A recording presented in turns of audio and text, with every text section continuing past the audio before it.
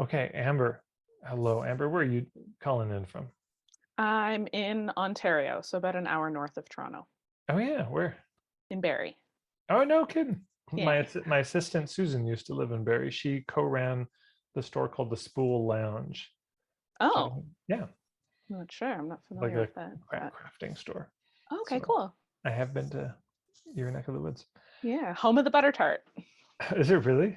This is where it was invented. Yeah, God bless it's you all. our singular claim to fame. God bless you all. Okay, so you said my overall niche isn't super clear, but it is pretty clear. I think for this one specific workshop, helping board gamers bring fun and magic of games into the other things they do with friends to avoid monotony, strengthen friendships. But I'm not sure if I need to worry about how this fits into my overall niche. How would you think about this? Well, what's your sense of your overall niche? So it's kind of vague, but I want to help eradicate loneliness. There's a lot of like really lonely people out there that have trouble making social connections, initiating conversations with strangers, Yeah, having more deep and meaningful conversations with the people that they already know. So a lot of those like conversational strategies, getting over your fear of strangers, right, and like delving into meatier topics. Um, but I was called to do a board game workshop. It popped into my head and it felt so like fun and exciting. So I want to do that, but that's not all that I want to do. So I'm not sure how to think about these things in relation to each other. well, bless you for doing that work. Bless you. Thank That's you.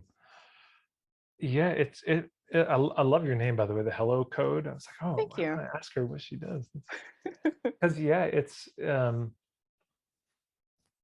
that funny? It's one of the most frightening words in the English language, hello. To just say hi Hmm. to a stranger, somebody you don't know.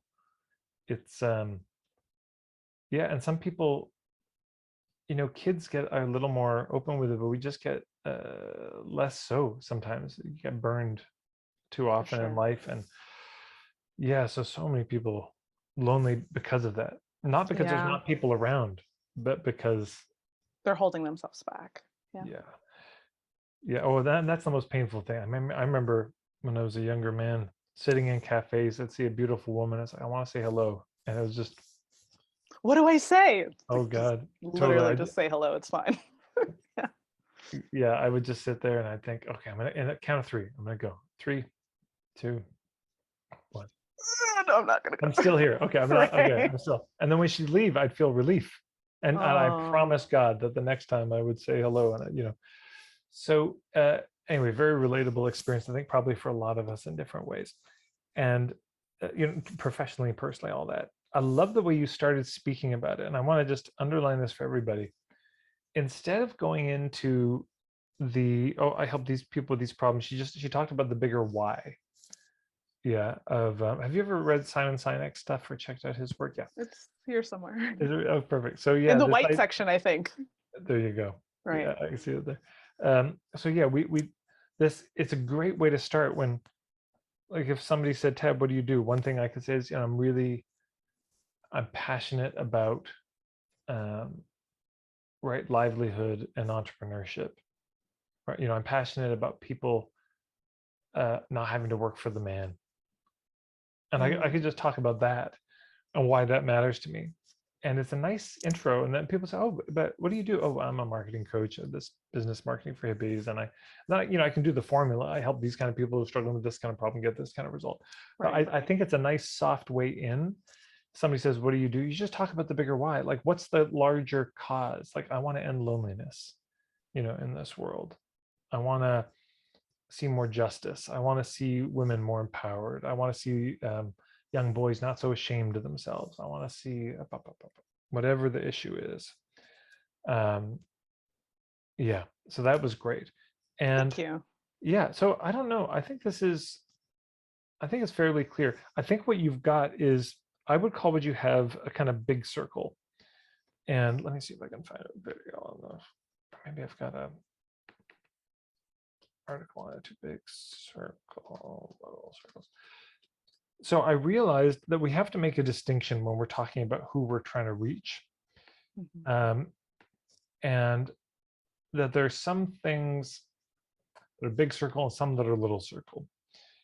And so big circle is, I'll get a video for this too. Big circle is your ideal client. This is generally who do you want to work with, you know. Little circles would be the very specific target markets. So big circle for me, hippie entrepreneurs. Oops, I put that in completely the wrong thread. Does not need to go in that Telegram thread. Yeah, so generally who you want to work with, and the little circles are the target market. So if you imagine a big circle, and in it you got a Venn diagram of 3 circles. The big circle is your ideal client, and it's here we go. I got a video about this.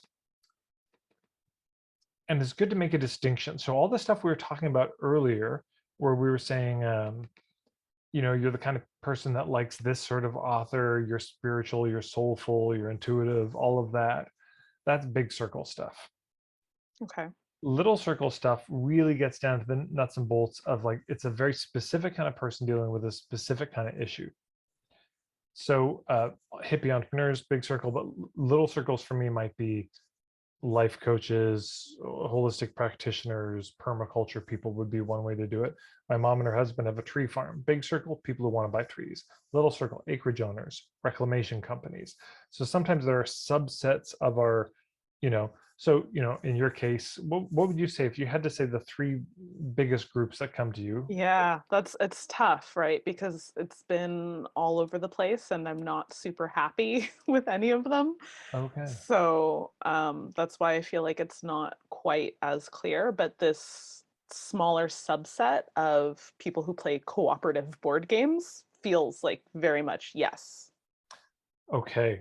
So the puttering prep work, I would dig into that. Okay.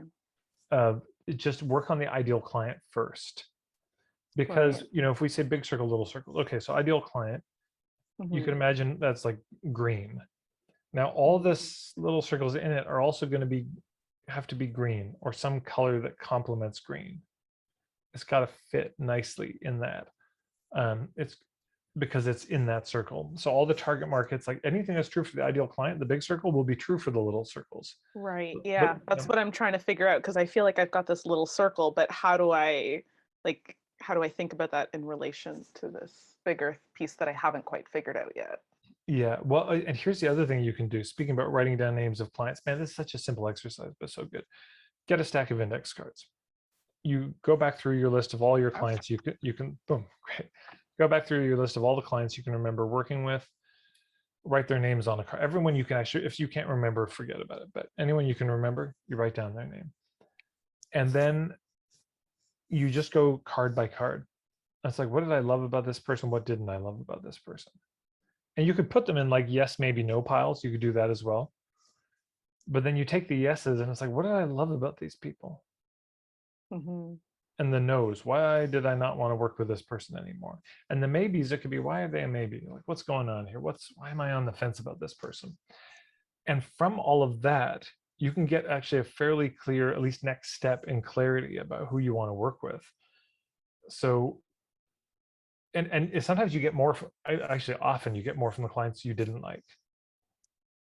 You know, you look through them and it's like, oh, because they're like, what would you say? The clients that you don't like, what's driving you nuts about them? What frustrates you about them? They're like engineering firms, or like they're very regimented and like tightly scheduled and not as open to a Yeah. lot of the activities or suggestions that I have. They want things to go a way that maybe isn't aligned with how I want to do things. Okay, great. So, you know, this can be the kind of thing, it's very helpful on a sales page or ideal client page. You can do things like, yeah, this work could be a fit for you if, but it's not a fit for you if,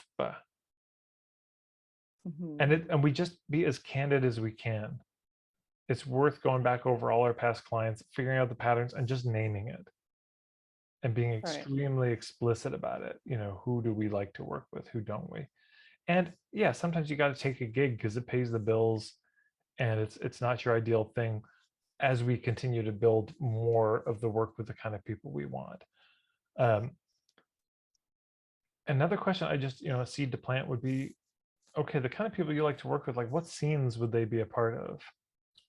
Because it might be like they're into the Burning Man thing, or they're into like, what are the scenes you're into or that you enjoy or admire? Because it could be they're just a awkward, shy person in that scene, but that because they're in that scene, they're probably going to share some values. I mean, so Right. for example, one could do, I want to end loneliness and help people with conversational skills in the Christian community, in the Jewish community, in the whatever community. Like you could pick a specific community already and just become known within that, and you become adopted by that crowd, and then it's easy street from there. So those are some thoughts. Great. I'll dig into that. Thank you so much. Yeah, you're welcome.